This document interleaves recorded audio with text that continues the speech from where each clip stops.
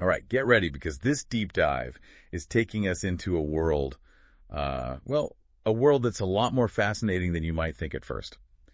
We're talking Portuguese canned sardines. You're right to be surprised. I mean, most people don't realize just how much there is to discover inside those little tins. It's funny, right? My first thought was like, canned fish? Really? Yeah. But when I started going through the research, especially about Portugal, well, I realized these aren't your average, supermarket sardines. Oh, absolutely not. In Portugal, they're practically royalty, I mean, there are festivals dedicated to them, for goodness sake. Well, no, seriously. They have whole festivals just for sardines. Yeah. They go all out. Which, when you think about it, makes sense because sardines are a huge part of Portuguese history, like woven into their culture. That makes sense. It's kind of like, I don't know how we think about wine regions here, but with sardines. Exactly. But instead of rows of vineyards, imagine like this stunning azulejos tilework, those classic blue and white ceramics depicting sardine harvests. Or think of festivals like Festa de São João in Porto, where, I kid you not, grilled sardines are like the must-have food. They're everywhere. That's incredible. So this whole reverence for sardines, it's got to go way back, right? It's not just some recent thing. Oh, you have no idea. We're talking way back. The sources I found mentioned fish preservation techniques being used on the Iberian Peninsula, like, get this, all the way back to the Iron Age. Wow. So we're talking centuries of tradition, right? Back then, they were probably using sea salt to preserve the fish, I'm guessing. And that's right. They were way ahead of the game in figuring out how to make things last. And that's where our story takes a turn towards, well, I guess you'd call it innovation. Around 1809, this French guy, Nicolas Appert, he figures out this whole process of preserving food in airtight containers, which, if you think about it, was like a very early form of canning. Total game changer. So he kind of lays the groundwork, but I'm guessing someone else comes along and takes the bait, so to speak. You got it. Just about a decade later, an Englishman by the name of Joseph Pierre Collin, he perfects Appert's method and actually starts canning sardines on a large scale, but in France. Uh-huh. So France is where our little Portuguese friends finally swim into the picture. You know it. In 1865, Portugal's very first sardine canning factory, Ramirez, which, by the way, still exists today, opens its doors. Apparently, sardines were getting hard to come by on the French coast, but Portugal, they had an abundance. Talk about being in the right place at the right time. Wow, what a story. That's incredible. So this is the start of the Portuguese sardine boom. Oh, yeah. And let me tell you, it totally explodes in the 1900s, especially during the World Wars. Makes sense, right? Shelf-stable, portable. Exactly. Canned sardines were like the original ready-to-eat meal for soldiers. They were perfect, easy to transport, they wouldn't spoil, and packed with energy. And by the mid-20th century, get this, Portugal had over 400 sardine canneries. 400. Wow, that's a lot of sardines. But something happened, right? I mean, they're not exactly a staple in, like, everyone's pantry these days. So what caused the decline? It's kind of a familiar story, sadly. Economic shifts happened, consumer tastes changed. A lot of those canneries, they just got closed. It's like how vinyl records almost disappeared, right? But then, boom, they're back in a big way. Could that be what's happening with Portuguese sardines now, too? I think you're picking up what I'm putting down. It's not just nostalgia, though, although that's definitely part of it. I think there's this renewed appreciation for quality, People care more about artisan methods, about the story behind their food. And let me tell you, Portuguese sardines, they have a great story to tell. So Portuguese sardines are riding this wave of, like, artisanal everything, but they've also got this history that goes back centuries. That's pretty cool. Absolutely. And that history, it's in every step of how they're made, From the moment those little sardines are swimming around in the Atlantic to, well, ending up on your plate. It's quite a journey. Okay, well, walk us through it. Say, like, a sardine just got caught off the coast of Portugal. What happens next? First things first, it has to be the right time of year. They don't just fish for sardines whenever. The season is really important. To make sure there's enough fish, right? Sustainable and all that. Exactly. Sustainability is key. So they fish for sardines mostly from May to October. That's when the fish are like at their peak of deliciousness. And it's not just, throwing any kind of net into the ocean either. They're really picky about the fishing methods.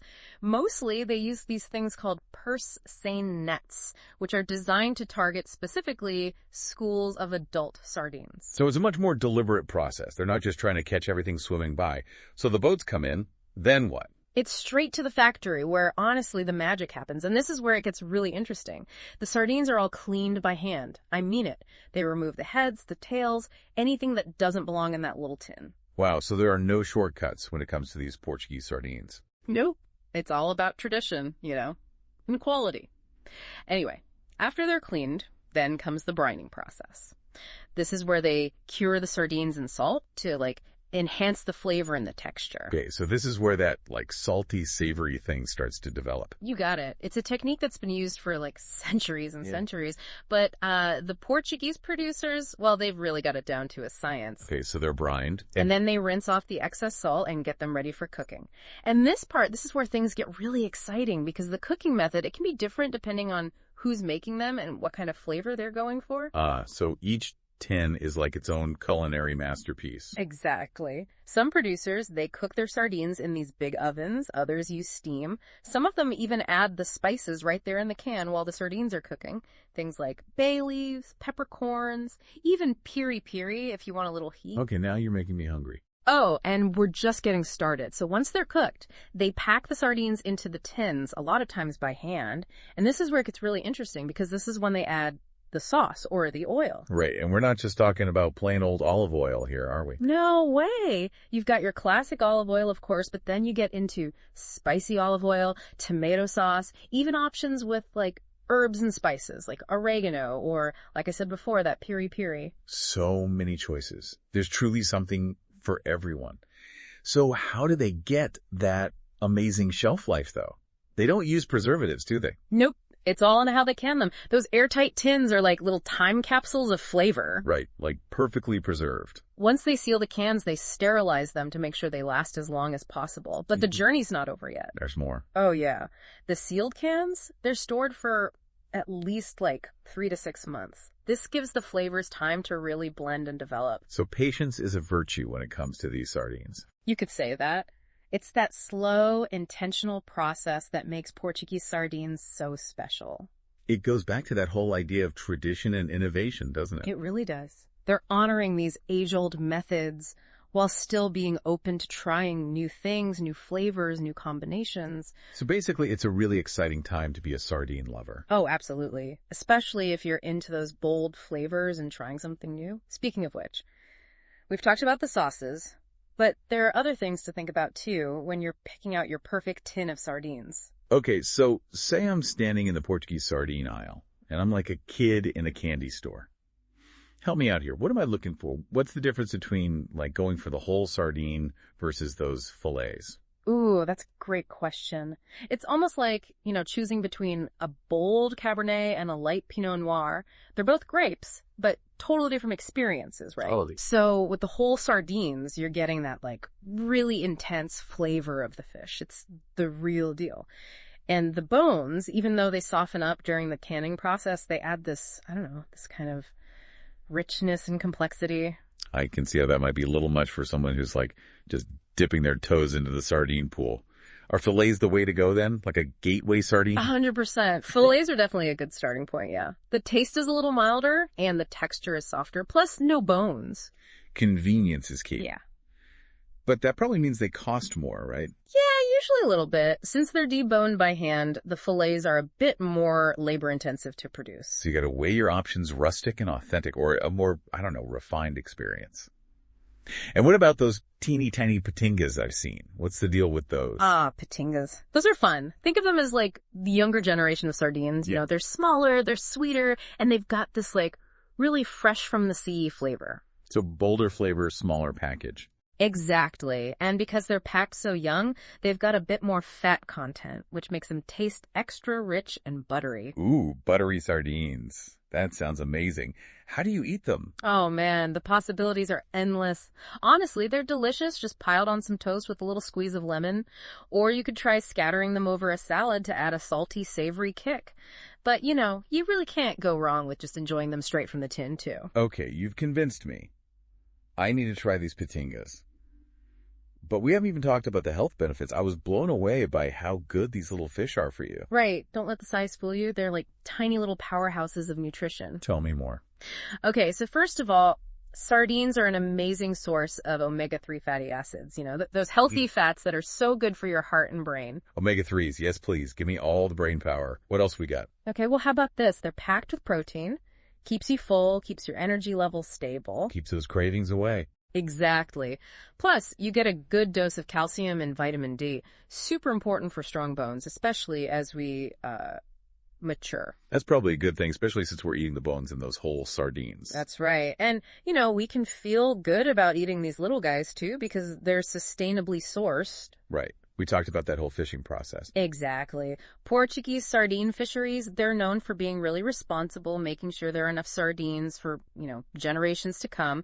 Plus, since sardines are lower on the food chain, they don't have as much mercury as bigger fish, like tuna or swordfish. Good to know. So we can enjoy them without worrying too much about, mercury overload. Exactly. So go ahead, enjoy those sardines. I'm sold. Oh. Now, for our listeners who are running to their pantry to see if they have any Portuguese sardines stashed away, where's the best place to find the good stuff? Yeah. I'm guessing the grocery store isn't going to cut it. Yeah, you might have to do a little hunting, look for specialty shops. There's one called Loja das Conservas. They've got locations in Lisbon and Porto, and they've got a fantastic website. Okay, I'm writing that down. Loja das Conservas, got it. And then if you're ever in Portugal, oh my gosh, you have to check out these amazing sardine shops they have. They're incredible. Some of them have been around for 100 years. Wow, really? Yeah. So you walk in and it's like stepping back in time. Totally. One of my favorites is A Vida Portuguesa. It's this adorable shop that specializes in all these traditional Portuguese brands. And of course, they've got a whole section dedicated to canned fish. Of course they do. But if you want that real, authentic, old school vibe, you have to go to Conserveira de Lisboa. What's so special about it? Well, it's this little gem in Lisbon, and it still has its original 1930s look. I mean, it's like walking right into the past. Oh, I love that. And get this, they make their own brand of sardines, too. Okay, that's commitment. Right. So good. Oh, and if you really want to dive headfirst into this whole Portuguese sardine thing, there's a place called the Fantastic World of Portuguese Sardines that you absolutely have to visit. Okay, that name alone has me intrigued. What is this place? It's this wild, almost circus-themed shop. I mean, they've got sardine tins everywhere. It's incredible. I bet they have all those unique flavors we were talking about, too. Yeah, they've got everything you can imagine, and then some. And get this, you can actually dine in. Wait, they have a restaurant? Not quite a full-blown restaurant, but they do have a tasting area. You can sample all the different types of sardines. That is so cool.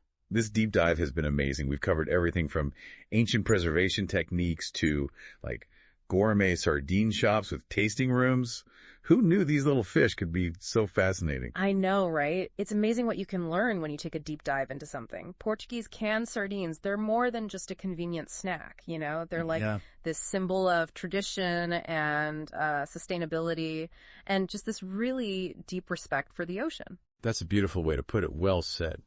So, folks, the next time you're in the mood for an adventure, why not skip the travel agency and head straight for the canned fish aisle? You might just be surprised at what you discover